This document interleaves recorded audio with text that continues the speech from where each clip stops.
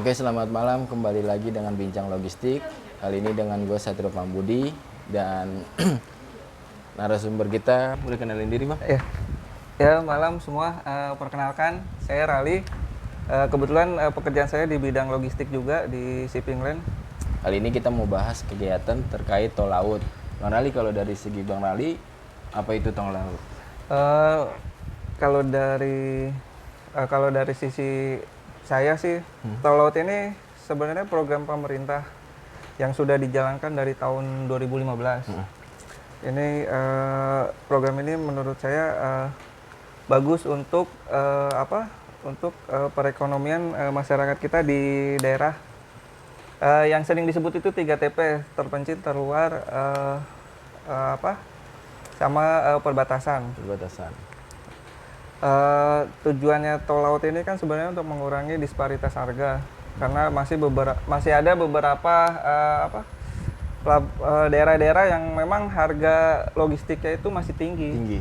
Karena jarak yang tadi yang Bang Rali sebutin itu ya, kaitan terpencil. Iya, Nah, itu terluar. menyebabkan harganya itu jadi makin tinggi ya. Iya, betul. Kalau dari target si penggunanya si tol laut itu siapa aja, Bang? Target penggunanya sebenarnya masyarakat itu sendiri sih.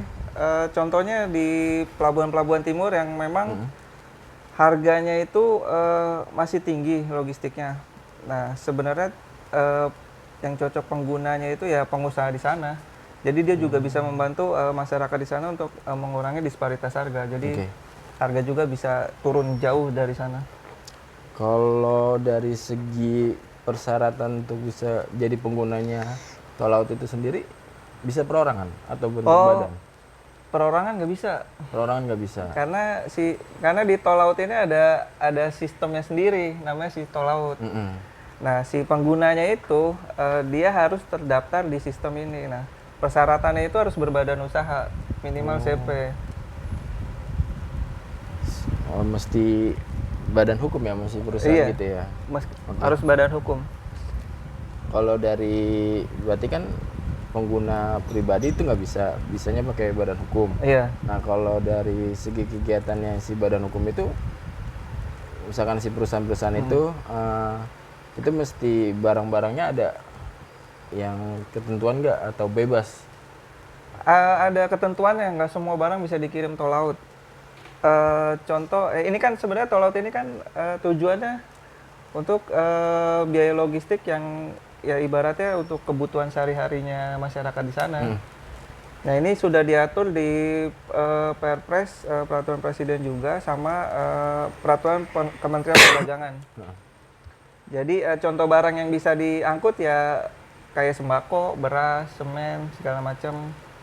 Nah, terus untuk barang bangunan yang paling bisa diangkut ya semen, paku, itu paling yang bisa diangkut. Kalau seperti mobil, terus kendaraan bermotor nggak bisa diangkut ke sana karena bukan kategorinya barang dari tol laut. persyaratan itu ya? Iya.